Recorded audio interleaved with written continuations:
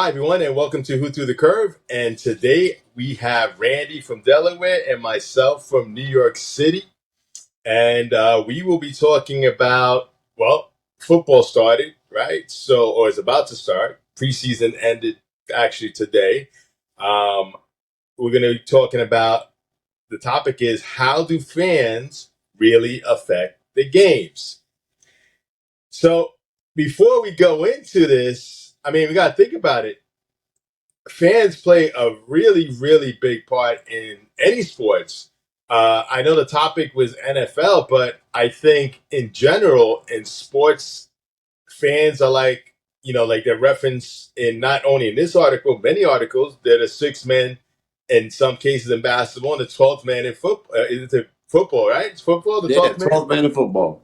So they play a very big part, especially soccer. You ever seen those soccer games? They be throwing downs. They be like shooting joints. Yeah. Fans really get. I think the fans get into more than the players do. They do. How do you think the fans? How do you think the fans affect these games? Well, I'm an Eagles season ticket holder. Okay, me and my buddy Ross, and we sit up in section 224, row 24, seats. I think it's 14 and 15. Is what we've been sitting in for years, and that's in Philly. Right. Last year against the Giants. I'm a Jet fan. Yeah, you're not a Giant fan. Are you a Giant fan? I'll root for them if they're like in the playoffs, and the Jets, who are never in the playoffs. Maybe this year will change, but I'll root for them. But go ahead. Maybe. Well, last year in January, the first playoff game for us Eagle fans at the Link, it's our stadium, Lincoln Financial.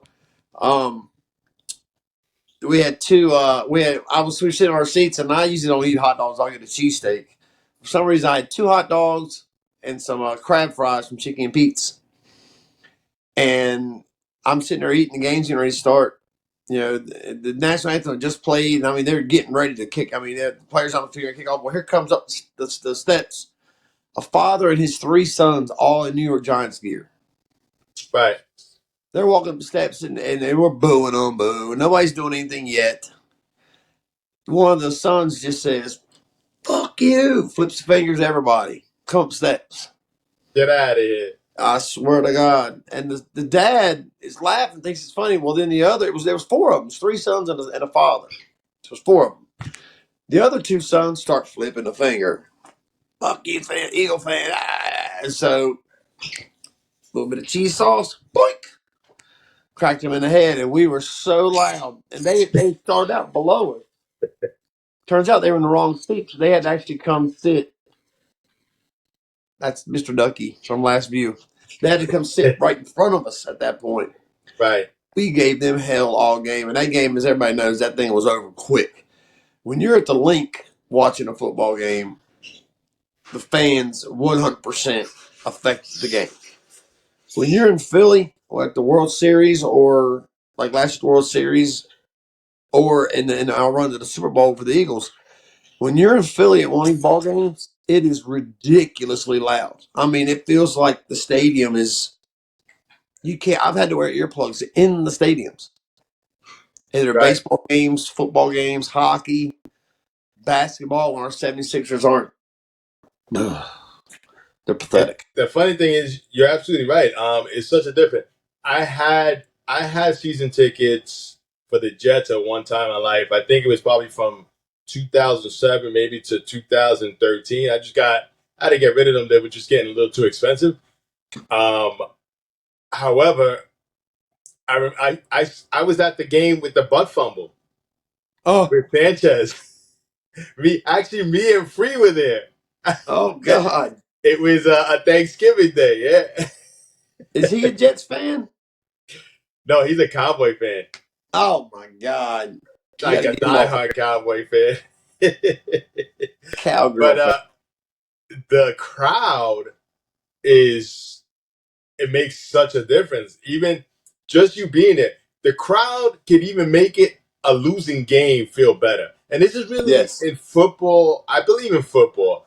I think because a lot of people that go to the football games, yeah, they root for their team and they're there for their team, but they're also football fans. So they can appreciate a good game, whether their team loses or not, because Yes. these football fans are loud all the way to the end. Unlike in baseball, as you could see or in the past, not only like on the Yankees or the Mets, but the fans are ruthless. Like if you're not playing good, they're gonna boo your ass, and that's not a good thing. Yeah, that's how they are in Philly, really. I'm telling you, man. But it was interesting. I don't know if you heard. We signed Trey Turner in the offseason, $300 million contract, 10 years. His biggest reason for coming to Philly was because of the fans and how Right, when he was watching the World Series after we dumped his Dodgers got dumped. We didn't dump them, but they got dumped by the Padres, I believe. But he said watching the Phillies and like when Bryce hit that opposite field home run against the Padres to right. wrap the series to go to the World Series, it was bedlam at the bank. I mean, the fans, especially in Philly, man. I mean, and some of the players, like I met Jason Kelsey on a personal level, and I talked to him via text and stuff, and I've heard stories from different players talking about, they'll turn around and see a fight in the stands, and it pumps them up. Right. No, definitely. Yeah, they go out on the field and they want to fight somebody on the field. I'm like, that's what I want my team to do. I want to fight in every play. I mean, think about it. If it's the home team, which normally that's where all the, I mean, it depends. If you're playing like a Super Bowl, then the home team is really not at home. But Hmm. everybody, I guess, your fans will follow you during the Super Bowl, of course, if they can afford it.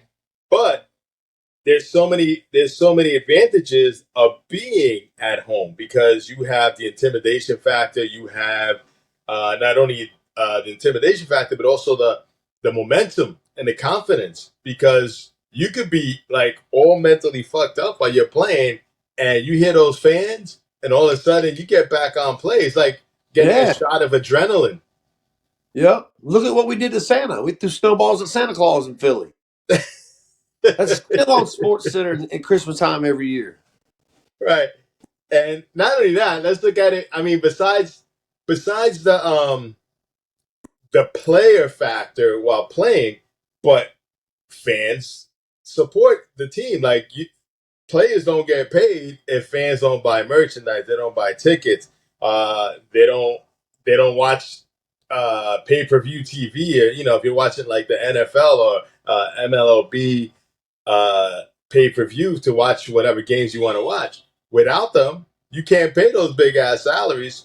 So they play a lot of factors in the game, and basically, oh, for instance, you're a fantasy player, right? You play Mhm. fantasy football, right? Yeah, I'm a commissioner. So, do you realize? I didn't realize until I was preparing for this article.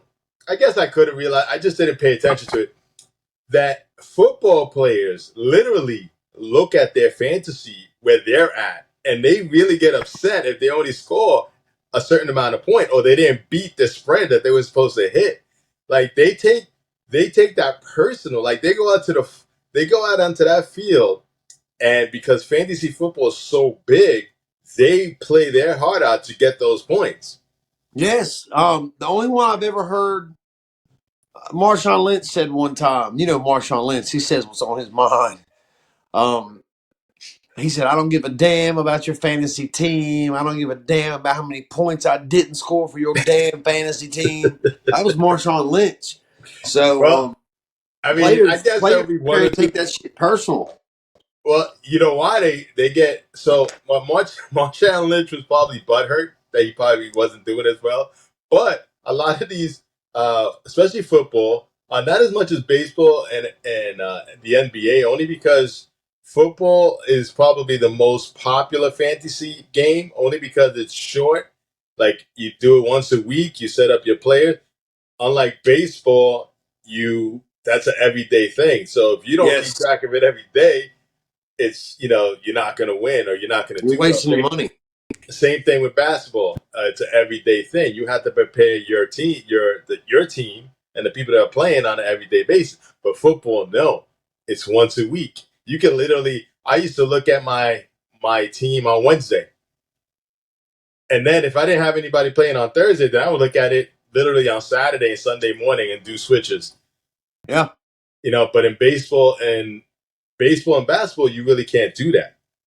So a lot of these players in football, they take this personal. Like they don't want to be the one not to score like the 9 points that they need for fantasy players. Why? Because fans are ruthless. We will if we had a wide receiver. I mean, I don't do that because I play fantasy football, but I'm not like a nutcase where I'm gonna go and say, hey, I had, let's say, Wilson from the Jets playing and he didn't meet his 10 points and he had a bad day and scored 5. I'm not going to go on Twitter and text him and berate him. But there are fans that do that. Every day. They just get on them. Millions of them. And so imagine if you're a player and you're sitting there. On top of that, you have pressure because you're playing a game that you really want to win, right? And you're on TV and people are watching you, your friends, fans, everybody's watching you, all eyes on you. Then you got the people that are playing fantasy and the people that are betting. You know what I'm saying? What's Yes. that place? What's that place in Delaware that everybody goes to buy the little Delaware ticket? Park. Delaware Park. There you go. So Was all there these last night, baby.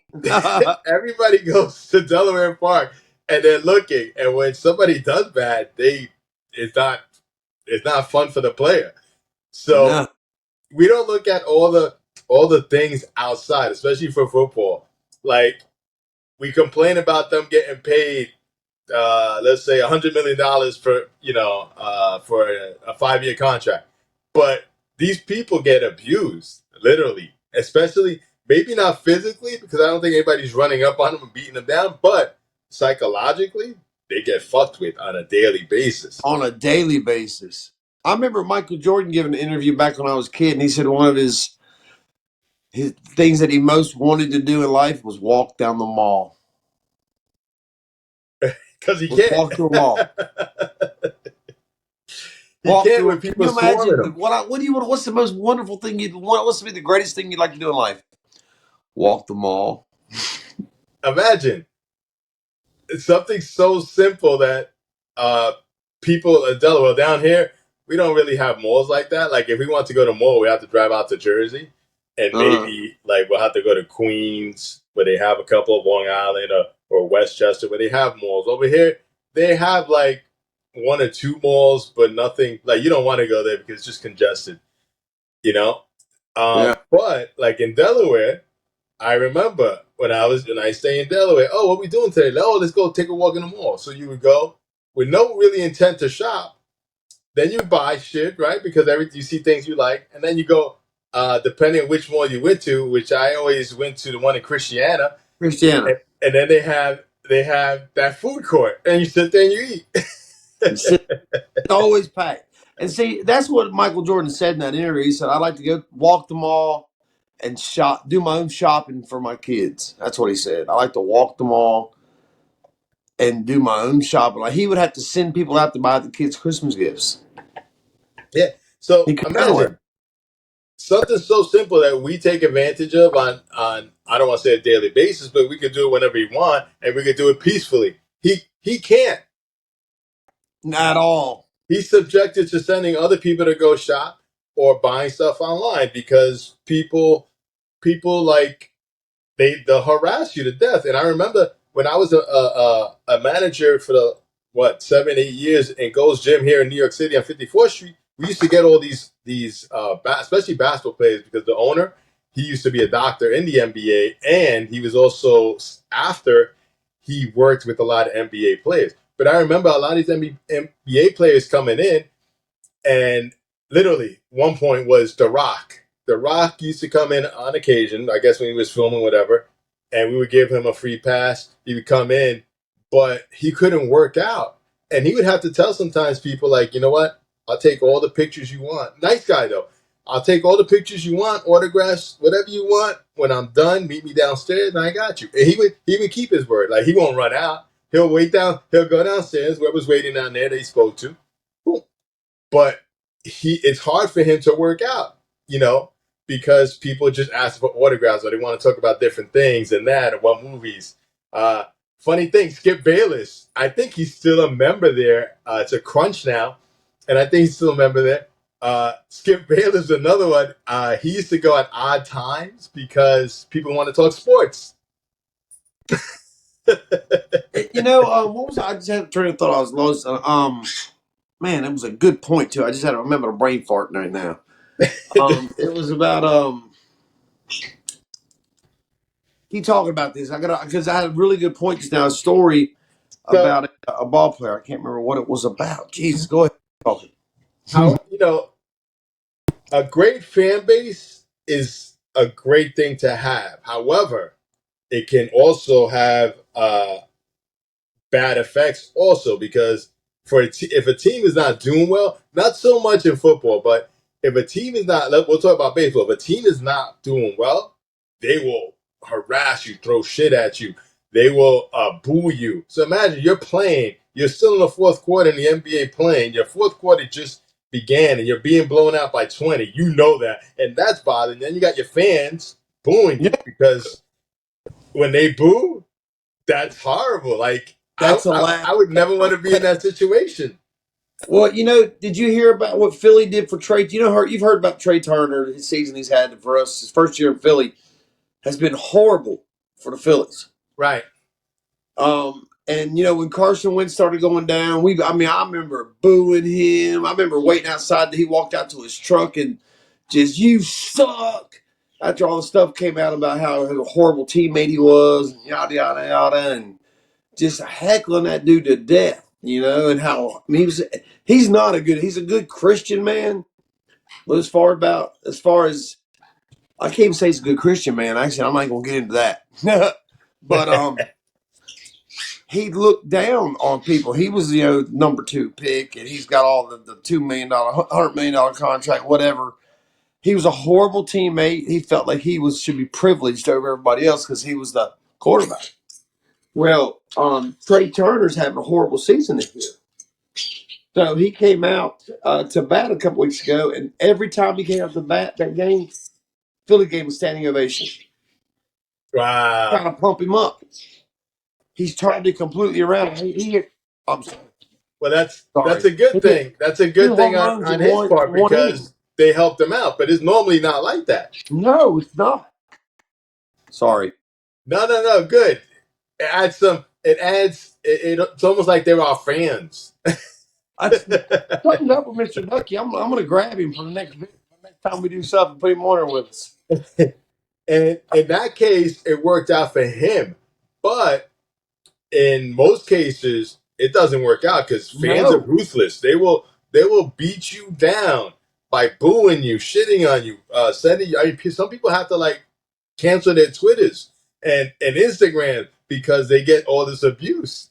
This is a big thing, man, and that's what people don't realize really about these pro ball players. And I didn't realize it till I've gotten older. They make a shit ton of money, and people say, "Well, they make all that money; they should have to deal with that." Nah, Well, as no, as, as I've learned about mental health, man, they do make a lot of money, but when is enough enough? you're right, but I think I stand on the other side. Yes, I get you on the mental health part, but I also it comes with it's like acting or anything, not only sports. This attention and negativity comes with what you do. Territory, I get You it. know, you know what I'm saying? Like I get trashed on all the time. Eventually, as you keep going on these shows, eventually they're gonna start trashing on you too. But I don't I don't get actually what I don't, it feeds me because I'm that person that, oh really? And I'm gonna go back at you. And you're not gonna like what I'm gonna Yeah, say. Why? Because I don't work for NBC, I don't work for ABC. So nobody's telling me, yo, Rob, you can't say that. I can say whatever I want. yeah. You see what I'm saying? They I'm not. call it. I don't mean to be too derogatory, but they call that motherfucking. I'm Yeah, gonna yeah. motherfuck you. There you go. So it's like it comes with the territory, and if you're in the limelight and you're playing sports at any level, at any in any whether it be baseball, football, hockey, and whatever you're doing, or even swimming, it comes with that whole thing. You have to have thick skin because people are gonna come at you. Yes, and now I remember my story. I was at Delaware Park, and sat down to play poker and wasn't even paying attention when I sat down. Looked up and there's Michael Phelps sitting across the table from me. Really? He's from Baltimore.